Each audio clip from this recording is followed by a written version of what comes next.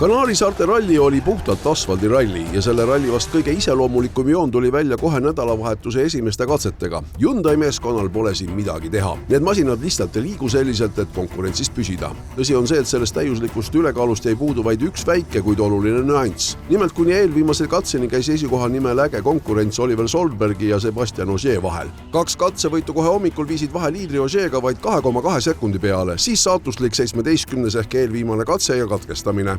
Solberg käib korra rajalt väljas tee piirdes ja lõhub auto ja jääb katsel raja äärde seisma. Kõik. Sellises olukorras oli vanameister Ogier'l vaid see vormistamise küsimus. Viimane 18. punktikatse võetakse juba kindla peale ja ralli üldvõit tuleb talle 24,3 sekundisele paremusega meeskonnakaaslase Elfyn Evansi ees, kes aga võidab punktikatse.